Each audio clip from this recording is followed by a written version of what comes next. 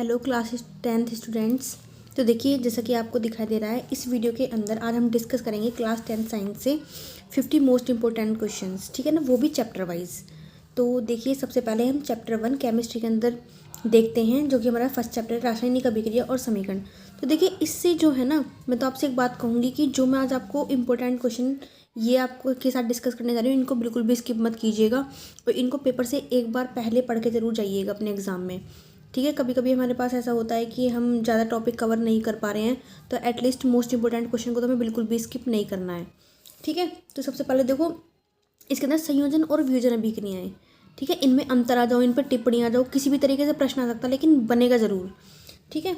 तो नेक्स्ट देखते हैं ऊष्मक्षेपी ऊष्मशेषी, ठीक है। ये तो मोस्ट इंपॉर्टेंट क्वेश्चन है, ये लास्ट ईयर भी देखा गया था और मतलब कई बार एनालिसिस में इस क्वेश्चन को रिपीटेड होते हुए देखा है। और देखिए नंबर 3 पे जो है ना, ये रासायनिक समीकरण को संतुलित करने की विधि, आपके सामने एक केमिकल इक्वेशन देगा क्वेश्चन पेपर में, ठीक है ना, और बोलेगा कि उसको संतुलित करो, तो आपको प्रोसेस पता होना चाहिए संतुलित करने का, तो वो आप जरूर प्रिपेयर कीजिएगा। चैप्टर नंबर 2 के अंदर आते हैं हम, अम्ल क्षार और लवण। तो बेसिकली इसकी आपको बेसिक बिल्कुल जो डेफिनेशन होती है ना, वो पता होना चाहिए विद एग्जाम्पल। अब देखो, इस चैप्टर के अंदर ना ये जो लॉन्ग क्वेश्चन बनता है, या तो 4 मार्क्स के लिए बनेगा या 6 मार्क्स के लिए बनेगा, बट बनेगा ज़रूर यहाँ से क्वेश्चन। एक तो बेकिंग सोडा, धावन सोडा, एक और होता है ब्लीचिंग पाउडर और एक पीओपी। इन चारों में से आपको ज़रूर डेफिनेटली देखने को मिलेगा, ये मेरी गारंटी है, ठीक है। तो इनको पूरे अच्छे तरीके से बनाने की विधि है ना, ये क्या होता है, इनका रासायनिक नाम, इनका रासायनिक सूत्र, अच्छे से रासायनिक सूत्र, रासायनिक नाम, तो इनका जो है ना आपसे एमसीक्यू में पूछने के बहुत बहुत चांसेस हैं, और वैसे लॉन्ग क्वेश्चन में भी ज़रूर बनेगा क्वेश्चन, ठीक है। अच्छी तरीके से इनको, इनके उपयोग, इनके भौतिक व रासायनिक गुण अच्छी तरीके से तैयार करना है इस क्वेश्चन को, इन चारों टॉपिक्स को, ठीक है। और उदासीनीकरण अभिक्रिया क्या होती है, बहुत ज़्यादा मोस्ट इंपॉर्टेंट क्वेश्चन है, ठीक है। तो इनको बिल्कुल भी स्किप मत कीजिएगा। चैप्टर 3 के अंदर धातु व अधातु, तो धातु और अधातु आपको पता होना चाहिए, इसके अंदर तो ज़्यादा कुछ खास है नहीं, इसका बेसिक तैयार कर लेना बस। चैप्टर 4 कार्बन और उसके रासायनिक, सॉरी इसके यौगिक। तो ये चैप्टर भी बहुत ज़्यादा मोस्ट इंपॉर्टेंट है केमिस्ट्री के अंदर। संतृप्त और असंतृप्त पता होना चाहिए आपको। सजातीय श्रेणी, उस पर बेस्ड क्वेश्चन आते हैं काफ़ी। आईयूपीएसी नामकरण, देखिए 2 मार्क्स तक का यहाँ पर क्वेश्चन बन सकता है इस टॉपिक से, कि आपके सामने एक रासायनिक यौगिक आ जाएगा, ठीक है, केमिकल कंपाउंड दे देगा वो और कहेगा इसका आईयूपीएसी नाम बताइए।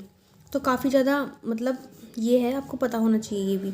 साबुनीकरण अभिक्रिया, साबुन बनाने की जो विधि होती है, पूरा प्रोसीजर, तो वो आपको अच्छे से प्रिपेयर करना है। और विद केमिकल इक्वेशन, देखिए केमिस्ट्री के अंदर केमिकल इक्वेशन का बहुत ज़्यादा महत्व होता है।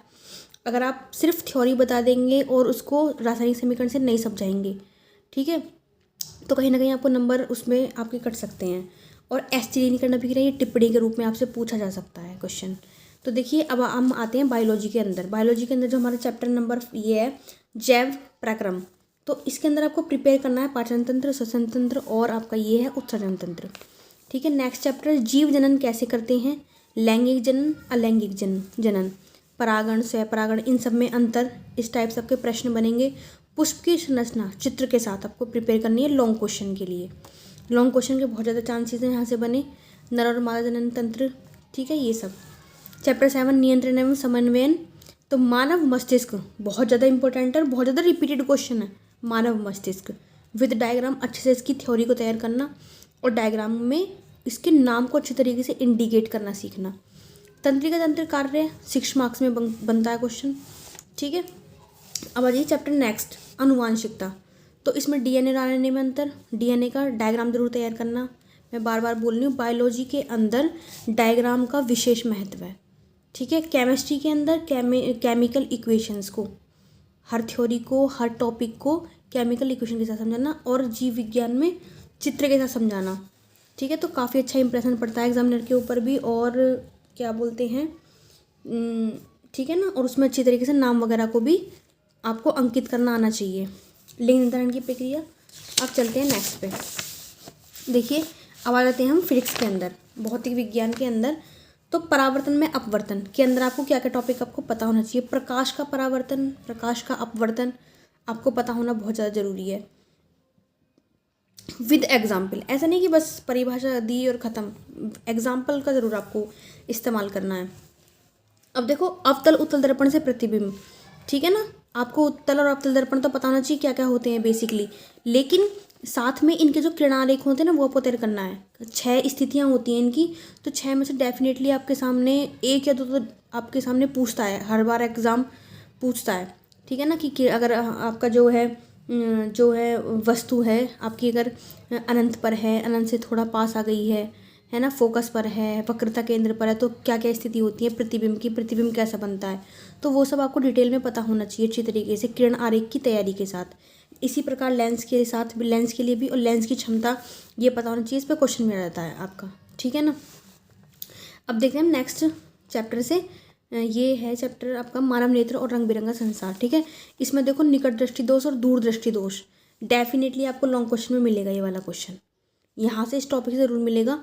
और अच्छी तरह प्रिपेयर करना है, ये दोष क्या होता है, इसके कारण क्या होते हैं, निवारण क्या होता है, और किरण आरेख के साथ में, किरण आरेख आपको जरूर पता होना चाहिए, निकट का भी और दूरदृष्टि दोष दोनों का, ठीक है। मानव नेत्र चित्र के साथ पक्के चांसेस है यहाँ से आपको लॉन्ग क्वेश्चन देखने को मिले पेपर में, ठीक है। अब देखो विद्युत, ये आपका आंकिक प्रश्न के लिए बिल्कुल एकदम फिक्स कर रखा है एग्जामिनर ने, ठीक है ना। मतलब कहने का ये है ना, प्रश्न जो रखे जाते हैं ना आंकिक प्रश्न, वो इस चैप्टर से और इससे नेक्स्ट वाले चैप्टर से रखे जाते हैं अधिकतर।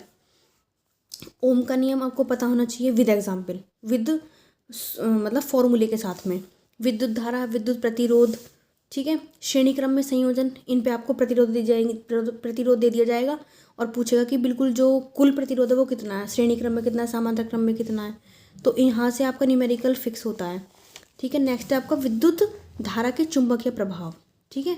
मैग्नेटिक फील्ड, इससे जरूर पूछा जाता है क्वेश्चन। चुंबकीय बल रेखाएं क्या होती हैं, बायो-सैवर्ट का नियम, वेरी मोस्ट इंपॉर्टेंट। फ्लेमिंग के दाएं बाएं हाथ के नियम, मैक्सवेल के दक्षिणावर्त पेच का नियम, ठीक है। और विद्युत धारा के चुंबकीय प्रभाव, फैराडे का नियम। तो ये काफ़ी मोस्ट इंपॉर्टेंट टॉपिक्स हैं आपके, इनको बिल्कुल भी स्किप मत करना, मैं बार बार एक ही बात को बोल रही हूँ, ठीक है। हमारा पर्यावरण, यहाँ से आपका ओजोन परत का अपक्षय, ऊर्जा का स्रोत, यहाँ से भी देखने का आपको प्रश्न मिल जाता है। तो इस टाइप से मैंने आपके साइंस के अंदर जितने भी चैप्टर्स थे, फिजिक्स, केमिस्ट्री, बायो से सारे चैप्टर मैंने विद टॉपिक्स आपको अच्छे से बताए हैं, तो इनको प्लीज़ स्किप मत कीजिएगा और अच्छे से प्रिपेयर करके अपने एग्ज़ाम में जाइएगा। Okay, so best of luck for your study, for your exam. Thank you, thanks for watching this class.